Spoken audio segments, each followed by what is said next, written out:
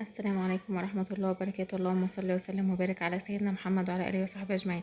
النهاردة هنعمل لحمة الراس بطريقة سهلة وبسيطة جدا. معانا حلة على النار فيها مية بتغلي، ننزل بيها باللحمة. أول ما تاخد غلوة معانا هنشيل اللحمة منها ونصفي نكب المية دي ونحط مية جديدة. هنا غلت معانا غلوة واحدة اهيت، أشيلها في المصفى واحطها يعني أشطفها بمية تاني نضيفة من الحنفية، وأكب المية دي خالص وأغسل الحلة وأحط مية نضيفة.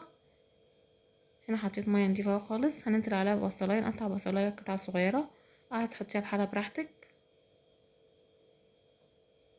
شرايح كده. ياريت تنشروا اللايك والاشتراك في القناه وتفعيل الجرس عشان يوصلكوا كل جديد.